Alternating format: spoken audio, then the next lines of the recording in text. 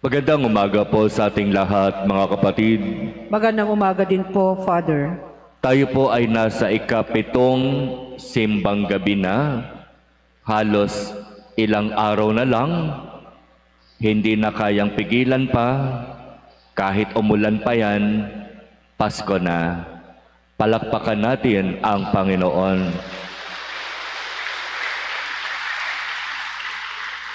Sa nalalapit na pagdiriwang natin ng Pasko, pwede mo na bang sabihin, natagpuan ko na ang tunay na kagalakan?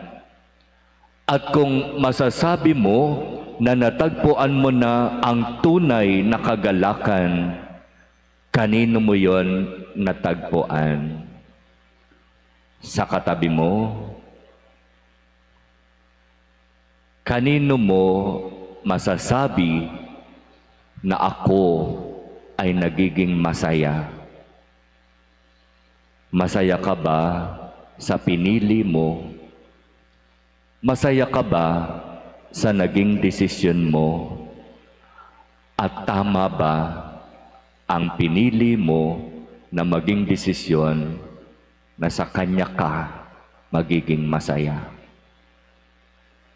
Baka naman pag lipas ng ilang linggo, ilang araw, iiyak ka. Yung mga nasa taas, naririnig po ba ako? Naririnig po ba? Kanino ba kayo nagiging masaya dyan sa taas? Sa katabi, habang kayo ay nasa isang sulok, at walang masyadong tao. Mga kapatid, kung babalikan natin ang ating ebanghelyo ngayon at kung tatanungin natin si Maria, saan ka nagiging masaya? Sino ang nagbibigay sa iyo ng kagalakan? Ang magiging malinaw na sagot ni Maria, sa Diyos. Natagpuan ko ang tunay na kagalakan sa Diyos. At dahil doon, ang puso ko'y nagpupuri sa Panginoon. Nagagalak ang aking espiritu dahil sa Diyos na aking tagapagligtas. Masaya si Maria, napupuno siya ng kagalakan sapagkat sa kanyang pagiging dukha, siya'y itinaas ng Diyos. Bagamat walang pwedeng ipagmalaki sa buhay, bagamat walang anumang mga tinatawag na mga impluensya o kung anumang kinakailangan para kilalanin ang tao ng lipunan, pinasasalamatan at pinararangalan ni Maria ang Diyos sapagkat sa kabila ng lahat ng ito, siya'y hinirang upang maging ina ng anak ng Diyos. Kasi di ba pwede nating tanungin, sino ba itong si Maria at siya ang pinili para maging ina ni Jesus? Ano ba ang nakita ng Diyos kay Maria? Ano ba ang mayroon si Maria na wala yung iba? Kung tutuusin, kapag aalamin natin sino-sino ba yung mga nabubuhay noon na pwede rin namang maging ina ng anak ng Diyos, siguro ang dami-daming mailalagay sa listahan. Ito, pwede ito, magaling ito. Itong babaeng ito, pwede ito, kasi talino nitong babaeng ito. Maraming pwede.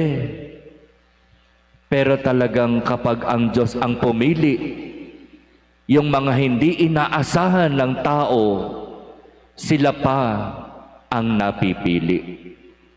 Talagang iba ang panukat na ginagamit ng Diyos sa panukat na ginagamit ng tao.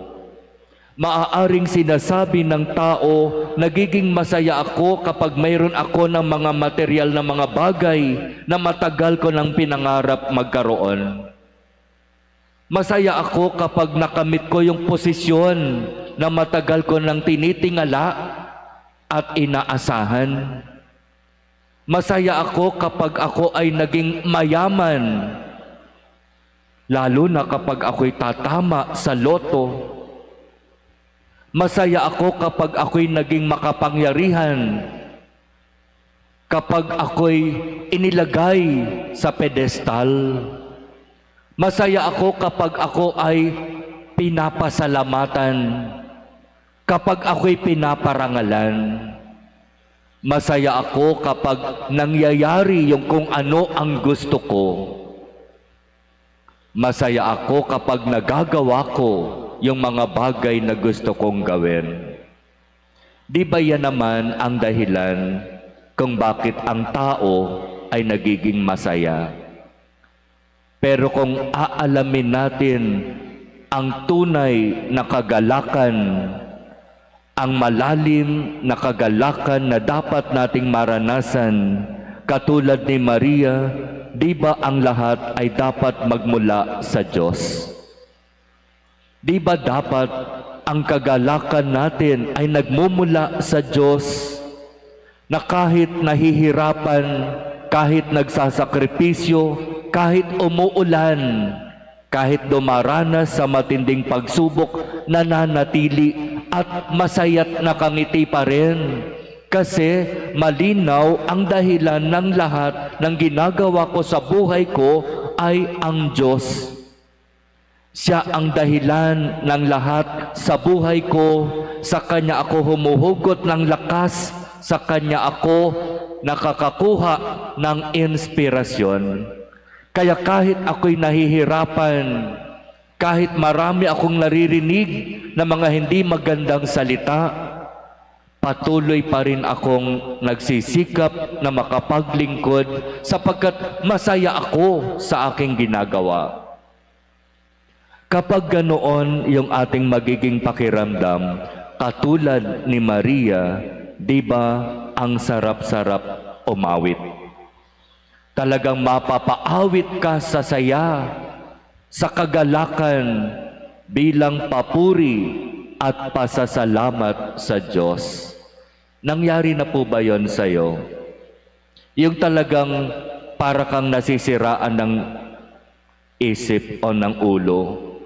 Dahil sa sobrang saya, sa sobrang inspirasyon na tinanggap mo, talagang kahit mag-isa ka lang, kumakanta ka. Kahit wala sa tono at sintonado, kumakanta ka. Kahit para bang lahat ng mga nasa paligid mo napapatingin sa iyo at nagugulat, kumakanta ka pa rin. Kahit na yung mga nasa ibaba napapatingala anong nangyayari sa kanila, kumakanta ka pa rin kahit wala sa tono. Talagang iba ang kagalakang hatid kapag ito'y nagmumula sa Diyos.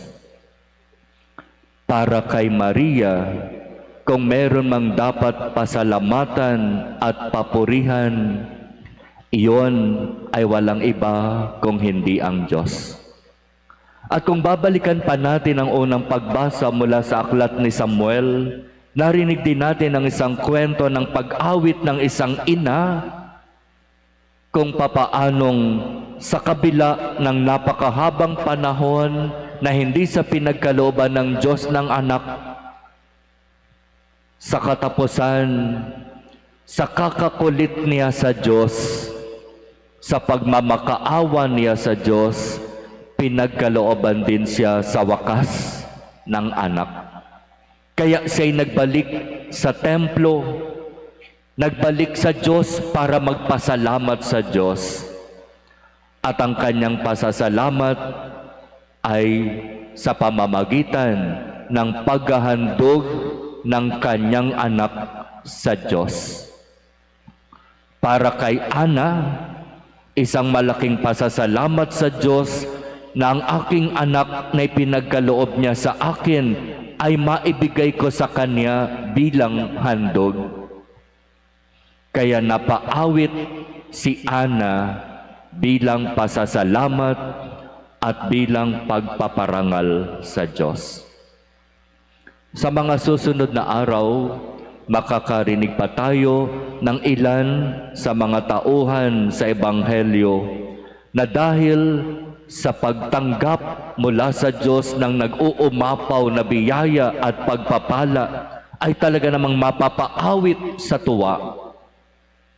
Mangyayari yan kay Zacarias kapag nagsilang na ng sanggol na lalaki si Elizabeth at bibigyan na nila ng pangalan ang sanggol. Matapos mabigyan ng pangalan ang sanggol, mabubuksan at makakalag ang tali sa dila ni Zacarias na naging dahilan para siya ay mapipi. At ang mga salitang lalabas sa kanyang mga bibig ay mga awit ng papuri sa Diyos. At tinatawag natin yon na awit ni Zacarias. At ilang araw pa pagkatapos noon, maririnig natin ang awit ni Simeon. Isang banal na tao na araw-araw nagsisimba, araw-araw nagpupunta sa templo, at minsan sinabihan siya ng Diyos, hindi ka mamamatay hanggat hindi mo nakakalong sa iyong mga bisig ang ipinangakong tagapagligtas. Kaya inaasahan yon ni Simeon. Iniintay niya yon. Kaya sa araw-araw na lang na ginawa ng Diyos, iniintay niya yung pagdating ng ipinangakong tagapagligtas. Kaya nung inihandog ni Maria ang batang si Jesus sa templo, at ito ay ibinigay kay Simeon para basbasan, nasabi ni Simeon ang kanyang awit. Kunin mo na, Panginoon, ang iyong abang alipin, sapagkat nakita na ng aking mga mata ang ipinangako mong tagapagligtas. Nakalong ko na sa aking mga bisig ang katuparan ng iyong pangako. Kaya sa'y aawit ng papuri at pasasalamat sa Diyos. Awit ni Simeon. Kaya ito yung ilan sa mga mahahalagang karakter sa Ebanghelyo na tumanggap ng nag-uumapaw na biyaya sa Diyos at bilang pasasalamat, sila'y umawit ng papuri at pasasalamat sa Diyos. Ikaw, nagawa mo na bang umawit ng papuri at pasasalamat sa Diyos? Yung awit na nagmumula sa puso, yung awit na talagang totoo, walang halong pagsisinungaling, walang halong pagpapanggap, walang halong showbiz. Yung totoo lang. At ipagkaloob nawa ito ng Diyos sa atin. Kasi kung magagawa natin ito, ibig sabihin lang talagang kinikilala natin ang Diyos na nagbibigay ng nag-uumapaw na biyaya at pagpapala sa tao. At lagi naman niya yung ginagawa. Ipinagkakaloob niya araw-araw sa atin ang nag-uumapaw na biyaya at pagpapala. Kaya nga lamang minsan hindi natin napapansin kasi ibang biyaya ang gusto natin mula sa Diyos. Di ba yun lang nagising tayo ngayong umaga at nakapagsimba ngayon, isang napakalaki na yang biyaya. Ilan ba yung mga nasa ICU ngayon, yung ipinagdarasal ng kanilang mga mahal sa buhay na sana magising? Dumilat ka na, gumising ka na, nandito kami, narinig mo ba kami? Di ba ganyan ang sitwasyon sa ICU? Pero nananatiling tulog ang pasyente. Pero tayo, sa biyaya ng Diyos, nagising ng maayos, nakapaghanda, at nakapunta ngayon sa simbahan para makiisa sa pagdiriwang ng Diyos. Kaya marapat lamang na talagang magpasalamat at magpuri sa Diyos. At marami pa ang mga biyayang iyan, di ba? Kapag iisa-isahin natin ang mga biyaya na tinatanggap natin sa Diyos araw-araw, talaga naman araw-araw pwedeng-pwede tayong umawit ng papuri at pasasalamat sa Diyos. Amen po ba? Palakpakan natin ang Diyos.